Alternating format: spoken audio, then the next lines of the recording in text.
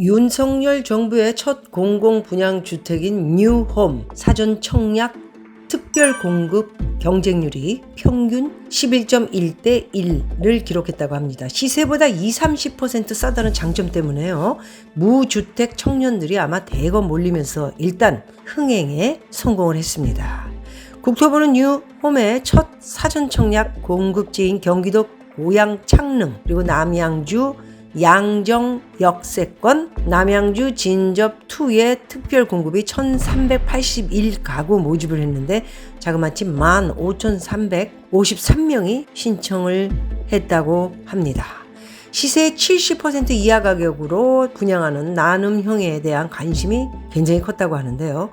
나눔형 중에선 청년 특별 공급, 신혼부부, 그리고 생애 최초 주택 구매자 보다 경쟁률이 좀 높았다고 합니다. 나눔형은 의무 거주 기간을 5년 채운 뒤 한국토지주택공사에 아파트를 대파할 때 시세 차익의 70%를 챙길 수 있는 게 특징. 그리고 연 1.9에서 3%의 금리로 최장 40년간의 분양가의 80%까지도 대출을 받을 수 있다. 일반형은 분양가 상한제를 적용해 시세의 80% 수준으로 공급한다. 이거 다 좋은데요. 어쨌든 4050 뭔가 좀 불만이 많지 않을까 하는 생각도 또 가져옵니다. 댓글들을 보니까 엄청난 댓글들이 많이 있더군요. 네, 집 없는 청년들 외에도 또 젊은 친구들이 집을 한 채씩 갖고 결혼하고 애도 낳고 나라를 위해서 일하는 거 굉장히 좋은 일이라 생각을 합니다. 그러나 4050 굉장히 많은 불만을 가질 수밖에 없는 현재의 상황을 들여다봤을 때 가성비는 옛말 고가 패키지 여행에 눈을 돌린 MZ시다. 여행을 하는 것도 프리미엄 여행 시장을 겨냥한 맞춤 여행 브랜드 제우스 월드라는 이런 것들이 여행업계에 굉장히 인기가 있다고 합니다. 이런 것을 추구하고 좋아하고 다니고 있는 사람들이 누구일까요? 바로 젊은 친구들이기 때문에 열심히 일하고 세금 내고 의료보험 내고 연금 등 각종 애들까지 키우면서 열심히 일하는 4050들에게는 나라에서 해주는 게 뭐냐? 이렇게 두 갈래로 젊은 층과 또 나이가 좀 있는 4050 윤석열 정권을 굉장히 응원하지 않는 그런 4050이죠. 이런 것도 한 번 정도는 들여다봐야 될 것 같습니다. 걱정스럽습니다. 자, 제우스 월드 홈페이지에 따르면 청정한 동화마을을 찾아가는 프랑스, 스위스 7박 10일 자그마치 상품 가격이 1,200만 원이 넘는다고 합니다. 저도 웃음이 나네요. 저도 쉽게 갈 수 없는 값이네요.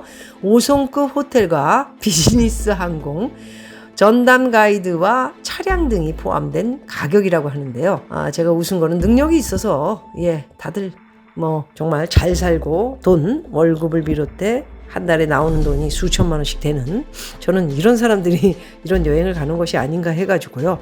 그런데 그런 내용이 아니고 젊은 친구들이 굉장히 좋아하는 프로그램이다. 어이가 조금 없는 생각이 듭니다. 재벌집 아들인지 재벌까지는 아니어도 어찌됐든 굉장히 상위급 이상의 젊은 친구들이 아버지 어머님의 어떤 도움을 받아서 갈 수 있는 것이 그런 값이 아닌지 하는 생각이 또 들기도 합니다. 제우스 월드 관계자는 코로나를 거치며 가족 단위 여행 수요가 증가했고요. 고객 연령대로 30대, 40대 젊은 층 비중이 높다고 합니다. 취향을 반영한 상품에는 고객들이 좀 더 큰 비용을 들이고 롱스테이 경향이 뚜렷해진 것도 특징이다. 여행사에서 얘기하는 거죠. 참 여기 한진관광, 대한항공과 프리미엄 여행 브랜드 칼팍이라고 있습니다. 저도 잘 알죠. 여기도 상대적으로 비행기 값 비즈니스죠. 다 비싼 서유럽 패키지 상품에 대개 1,000만 원에서 2천만 원 정도 줘야 됩니다. 그런 것들이 이렇게 30대, 40대에 인기가 있다고 하니까 40대나 50대가 생각할 적에는 정말 힘들게 일을 해서 세금 내고 열심히 살아온 사람들입니다. 사실 물론 그 위인 우리 50대, 60대 나이도 마찬가지지만 이제 저희는 많이 나이가 들었으니까요. 점점 더 불만이 쌓여갈 수도 있을 것 같습니다. 젊은 친구들에게는 너무나 많은 혜택이 가는 것이 아니냐. 젊은 친구들은 또 그것도 아니다. 이렇게 얘기할 수 있겠지만 뭔가 양극화가 자꾸 되면서 좀 윤 정권이 잘 밖의 일과 안의 일들을 좀 잘 들여다봐야 되지 않을까 하는 생각, 걱정 이런 것들을 한번 해봅니다. 또 알바가 아니었고 편의점 20대 사장들이 들고 있다. 편의점 하나 차리면은 그래도 몇억 원 들죠. 부모님의 어떤 혜택을 받고 창업을 하는 경우도 있고요. 대출을 좀 쉽게 받고 싸게 이자를 써서요 창업을 할 수도 있고, 한번 차려놓으면 잘 되는 위치 좋은 곳에 마련해 놓으면은 제가 볼 때 평생 잘만 운행하면은 조금 일하고 편안하게 돈을 벌 수 있는 이런 혜택들을 받을 수 있는 그런 비즈니스지 않나 하는 생각이 드는데요. 20대 창업이 4년 만에 5배로, 그리고 50대 점주 비중은 30%가 밑돈다. SNS에 민감한 2030 사장님, 최신 트렌드 매장 운영에 반영. 통상 퇴직한 50대 중장년층의 편의점 창업이 러시를 이루던 그때 시대와는 이제 달라진 것 같습니다. 취업에 매달리던 청년들의 시각이 변하고요. 특별한 기술이나 노하우가 없어도 쉽게 창업할 수 있다는 점이 아마도 큰 영향을 미쳤다. 큰 힘든 일을 안 하고 그냥 어찌됐든 편한 거로 자꾸 쏠리는 듯한 그런 우리 젊은 친구들, 나이가 있는 친구들은 또 이런 것들이 뭔가 서로가 우리 시대하고는 틀리다. 시대가 바뀌었기 때문에 그렇다. 이거 자꾸 양쪽으로 뭔가가 자꾸 나뉘어지는 듯한 그런 생각이 들어서 걱정됩니다. 현재 택배 기사로 일하는 사람들도 이런 변화를 느끼고 있는데요. 예전보다 훨씬 다양한 사람이 운송업에 뛰어들고 있다는 것입니다. 한 택배 배송 대리점의 이사분은 코로나 이전만 해도 잠깐 일하고 그만두는 경우가 많았는데요. 지금은 수익이 괜찮다는 인식 때문인지 오래들 버티고 있다. 특히 젊은 기사들이 많이 늘었고요.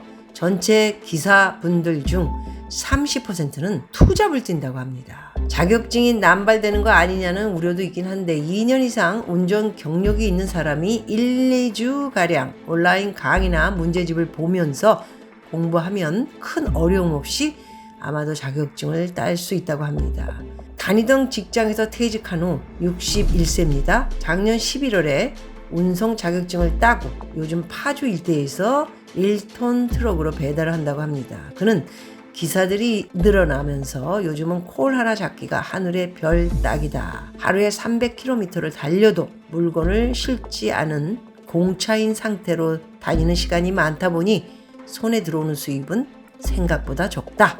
이런 내용의 기사입니다. 아마도 점점 더 이런 택배 일을 돈도 또 빨리 많이 벌 수 있고 해서 자격증을 따고 여기에 시간을 많이 보낸 사람들이 많을 것 같은데요. 이게 한번 소문이 나면 대한민국의 18번이 유행처럼 뭐가 좋다 그냥 확 하고 많은 사람들이 달려들어서 나중에는 정말 쫄딱 망할 수 있는 그런 비즈니스를 겪은 사람들의 이야기를 듣기도 하고요.